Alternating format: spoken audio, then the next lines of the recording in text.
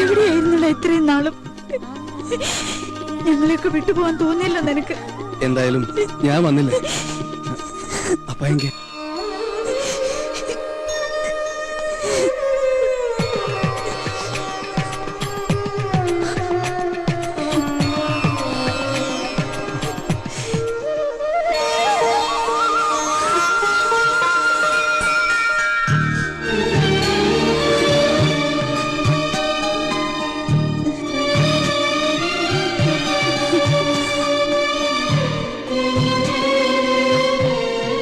ഞങ്ങളെ വിട്ടു പോവില്ലെന്ന് വാക്ക് കൊടുക്കുന്നുണ്ട് അമ്മാവുക്ക്.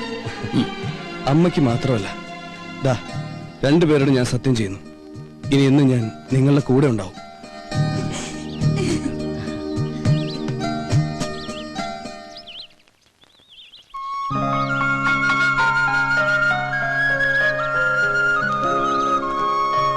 ആ, ഞാൻ പരിചയപ്പെടുത്താൻ മറന്നു. ഇത് ഗൗതം. ഹലോ, ശീതലിന്റെ ബ്രദർ.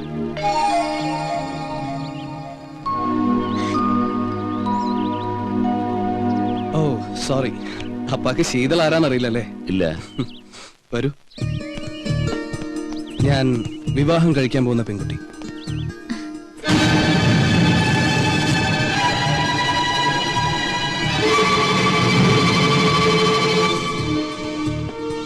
നിങ്ങൾ പിണക്കത്തിലാണെന്ന് അറിഞ്ഞപ്പോ എന്നാ പിന്നെ അത് മാറ്റി മാതാപിതാക്കളുടെ അനുഗ്രഹത്തോടെ മതി ഞങ്ങളുടെ വിവാഹം എന്ന ഒറ്റ വാശിയിൽ ഇറങ്ങി തിരിച്ച കക്ഷി. എന്തായാലും പിണക്കൊക്കെ മാറ്റി എനിക്കിവരെ പഴയ പോലെ തിരിച്ചു കിട്ടിയല്ലോ, അത് മതി. ഗോപൻ, അരവിന്ദേട്ടനല്ലേ? കൊറേ നേരം ഒരാളോട് നിക്കാൻ തുടങ്ങിയിട്ട്. മാമ? മാമേ, അത് വേറെ പണിയാണ് ആള്. അമ്മാവന് സൊല്ല.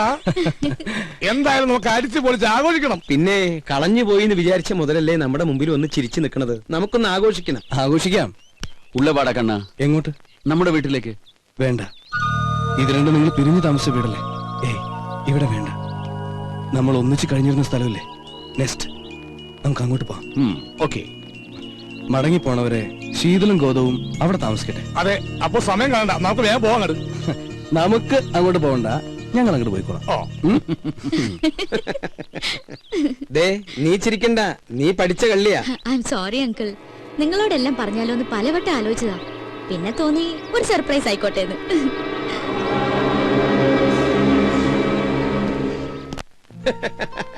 ഉള്ളത് പറയാലോ, ഇങ്ങനെ ഒരു ദൗത്യ പരിപാടിയായിട്ടാണ് ശീതൾ ഇവിടെ നിൽക്കുന്നതെന്ന് സ്വപ്നത്തിൽ പോലും ഞാൻ വിചാരിച്ചില്ല. ചുമ്മാ വർത്താനം പറഞ്ഞ കൂട്ടത്തിൽ ഒരു ബെറ്റ് വെച്ചു. അതിന്റെ വാശിയിൽ നടക്കാന്നല്ലേ ഞാൻ കരുതിയത്.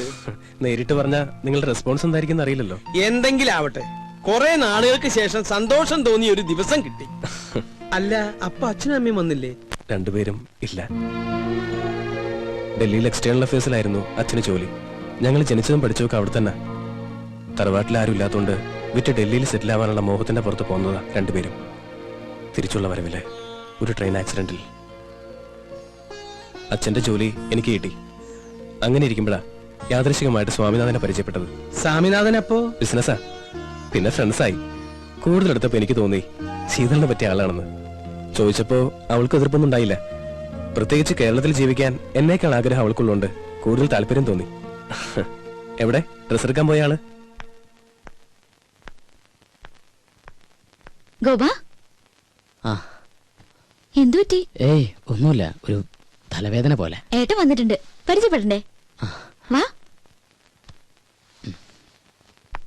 അല്ല, അപ്പൊ കല്യാണം എന്നാ, എവിടെ വെച്ചാ? ഡേറ്റ് ഏകദേശം നോക്കി വെച്ചിട്ടേ ഉള്ളൂ.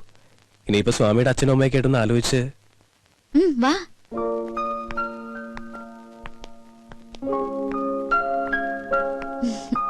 ഏട്ടാ, ഗോപൻ. മനസ്സിലായി. അറിയാതെയാണെങ്കിലും ശീതളിന് വേണ്ടി കുറച്ചൊക്കെ ബുദ്ധിമുട്ടുകൾ ഗോപൻ അനുഭവിച്ചു അല്ലേ? ഏതായാലും കുറച്ചു ദിവസം കൂടെ ഉണ്ടല്ലോ, പരിചയപ്പെടാം. നിങ്ങൾ സംസാരിക്കേ. എന്നാ പിന്നെ ഇറങ്ങായി. ദൂരേക്കൊന്നും അല്ലല്ലോ അങ്കിൾ. അപ്പൊ ഇതായിരുന്നു നിന്റെ പ്ലാൻ. ഞങ്ങള് രണ്ടുപേരെയും നീ പറ്റിച്ചു. നിനക്ക് ഞാൻ വെച്ചിട്ടുണ്ട് കുട്ടി.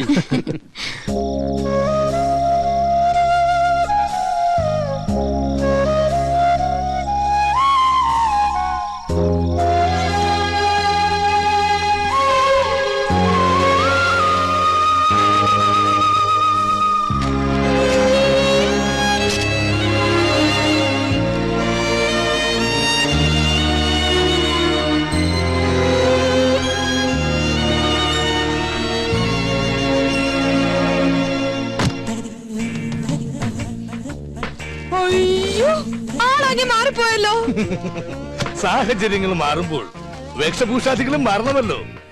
ഇനി ഈ കാണുന്നതെല്ലാം എനിക്കുള്ളതാണ്, സോറി നമുക്കുള്ളതാണ്. വരും ദിവസങ്ങളിൽ കൂടുതൽ മാറ്റങ്ങൾ പ്രതീക്ഷിക്കാം. ഏതായാലും നന്നായിട്ടുണ്ട്. അഴുകിയ രാവളിലെ മമ്മൂട്ടിയെ പോലെ തന്നെ.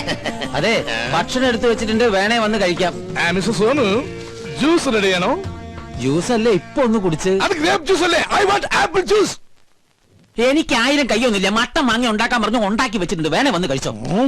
ആഹാ, ഇന്നിവിടെ മട്ടൻ കറിയാ? എന്താ സംശയം? ഇനി മുതൽ ഇവിടെ മട്ടനും ചിക്കനും ഒഴുകി നടക്കും. അയ്യോ, മട്ടൻ കറി കഴിച്ചിട്ട് കൊറേ നാളായി. എന്നാ വാ, നമുക്ക് ഒരുമിച്ച് കഴിക്കാം. വാ. ഞാൻ ഈ കവർ കൊണ്ടുവച്ചിട്ട് ഇപ്പൊ വരാം. ശരി. മിസ്റ്റർ സോനോ, എന്താ? മറ്റുള്ളവരുടെ മുമ്പിൽ വെച്ച് കുറച്ച് ബഹുമാനത്തോടു കൂടി ഇവൻ എന്നോട് സംസാരിക്കാൻ എടോ പോടോ എന്ന് വിളിക്കുന്നതിന് പകരം നിർബന്ധമായി സാറെന്ന പദം പ്രയോഗിച്ചിരിക്കണം. അണ്ടർസ്റ്റാൻഡ്? എല്ലാം സാറ് പറഞ്ഞ പോലെ. പിന്നെ ഒരു കാര്യം എനിക്കും പറയാനുണ്ട്. പറയൂ. തൊഴിലാളികൾക്ക് ചെവി കൊടുക്കുന്ന ഒരു നീതിമാനായ മുതലാളിയായിരിക്കും ഞാൻ. Tell me. എന്നെ എങ്ങാനും ഭരിക്കാൻ വന്നാ അടിച്ച് നിന്റെ ചെവിക്കല്ല് ഞാൻ തെറിപ്പിക്കും. ചെവിത്താന്റെ ഒരു പൈപ്പും കയ്യും മേലാൽ ഈ വേഷത്തിലൂടെ കണ്ടുപോരുത്. മനസ്സിലായാ? എന്ത് ഞാൻ നന്നായിക്കോളാം. നന്നായ നിനക്ക് നന്ന്. മനസ്സിലായോ? കഴിക്കാൻ ഞാൻ റെഡി. നിങ്ങൾ രണ്ടുപേരും കൂടി ഇരുന്നേ. ഇരുന്നേ. വാ, ഞാൻ വിളമ്പി തരാം. ഇരുന്ന്.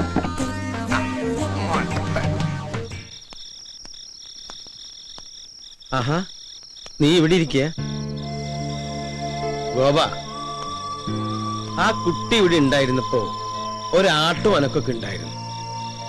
അവള് പോയപ്പോ എന്തോ ഒരു വിഷമം പോലെ. എടാ, കുറച്ചു ദിവസം മുമ്പ് എനിക്കൊരാഗ്രഹം തോന്നി. ആ കുട്ടിയെ നിനക്ക് വേണ്ടി ഒന്ന് ആലോചിച്ചാലോ എന്ന്. ചോദിക്കാഞ്ഞു നന്നായി, അല്ലെ നാണം കെട്ടാൻ. അവരൊക്കെ വലിയ ആളുകളാ. നമ്മുടെ കയ്യിൽ എന്താ ഉള്ളത്? വാ, നമുക്കെന്തെങ്കിലും കഴിക്കാം. വേണ്ട, വിശപ്പില്ല. സത്യം പറഞ്ഞ എനിക്കും വിശപ്പില്ല. ഞാൻ പോയി കിടക്കട്ടെ.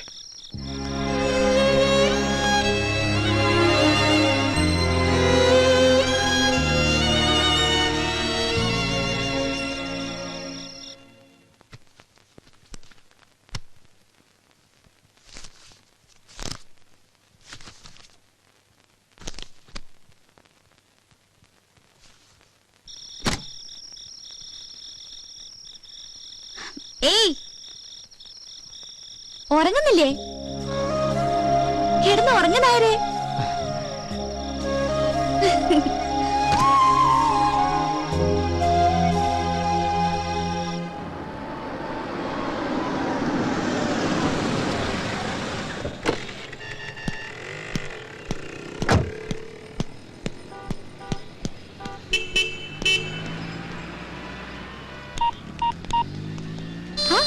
മൂന്നുപേരും കൂടെ എങ്ങോട്ടാ? വിവരങ്ങളൊക്കെ അറിഞ്ഞില്ലേ? അറിഞ്ഞു. ഞങ്ങൾക്ക് സന്തോഷമായി, പ്രത്യേകിച്ച് ഗോപന്. വേറൊരുത്തനുമായി കല്യാണം ഉറപ്പിച്ചു വെച്ചിട്ട് എന്തിനായിരുന്നില്ലേ ആ പാവത്തിനെ വെറുതെ ആശിപ്പിച്ചത്? ആരെ ആശിപ്പിച്ചു? എനിക്ക് നിങ്ങൾ പറയണ മനസ്സിലാവണില്ല. അവക്കൊന്നും മനസ്സിലാകുന്നില്ലെന്ന്. കാർഡ് കൊടുക്കാൻ ഇഷ്ടമെന്ന് പറയാം, അതിന്റെ പുറകെ നടക്കുകയൊക്കെ ചെയ്തിട്ട് നിനക്കിപ്പോ ഒന്നും മനസ്സിലാകുന്നില്ലല്ലേ? ഞങ്ങളൊക്കെ വെറും പാവങ്ങളാ. ആരെങ്കിലും എന്തെങ്കിലും പറഞ്ഞാ അതങ്ങ് വിശ്വസിക്കും. ഗോപൻ നിന്നെ വിശ്വസിച്ചു. ആദ്യമായിട്ട് അവനൊരു പെൺകുട്ടിയെ സ്നേഹിച്ചത്. നീ ആരെ വേണമെങ്കിലും കിട്ടി എങ്ങോട്ട് വേണമെങ്കിലും പൊയ്ക്കോ. പക്ഷെ അവന്റെ മനസ്സ് തോന്നുന്ന ശാപം ഉണ്ടല്ലോ, അത് നിന്റെ ജീവിതം മുഴുവൻ ഉണ്ടാവും. ഓർത്തോ?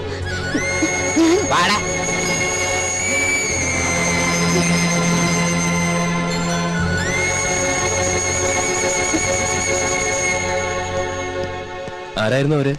ഗോപന്റെ ഫ്രണ്ട്സാ. ഈ ഗോപൻ എങ്ങനെ? ഗോപൻ ഒരു പാവ, ക്വൈറ്റ് നാച്ചുറൽ. നമ്മളെ നെസ്റ്റിലേക്കല്ലേ? അത് ഏട്ടൻ പോയാ മതി. എനിക്കെന്തോ തലവേദന പോലെ. ഏയ്, പോയേ പറ്റൂ.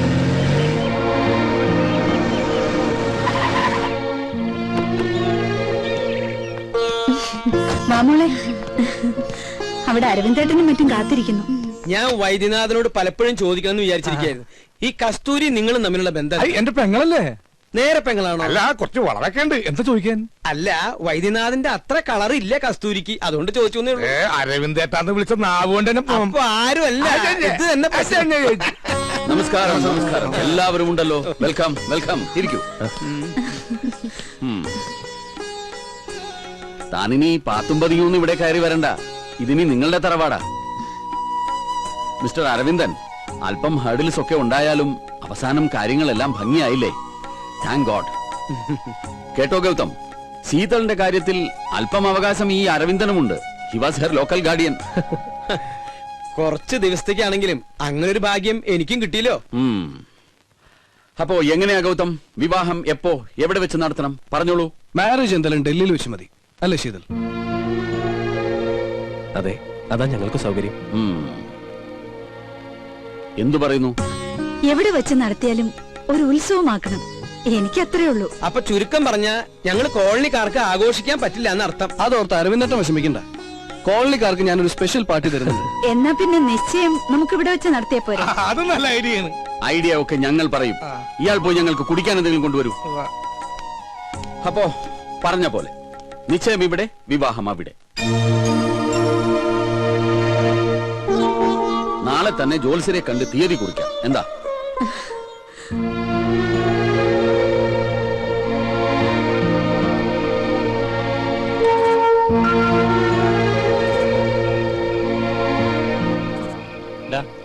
നീ വീട്ടിൽ പോണില്ലേ? നായരെ, നിന്നെ ഇന്നും ഇന്നലെ ഒന്നും കാണാൻ തുടങ്ങിയതല്ല. എന്താ നിനക്ക് പറ്റിയേ? പറയ്, നിനക്ക് അവളെ വേണോ? വേണമെങ്കിൽ പറഞ്ഞോ. ഇപ്പൊ നമ്മൾ സ്വാമിനാഥനെ കണ്ട് വിവരം പറയും. നീ വിളിച്ച അവള് വരുമെന്ന് ഉറപ്പ്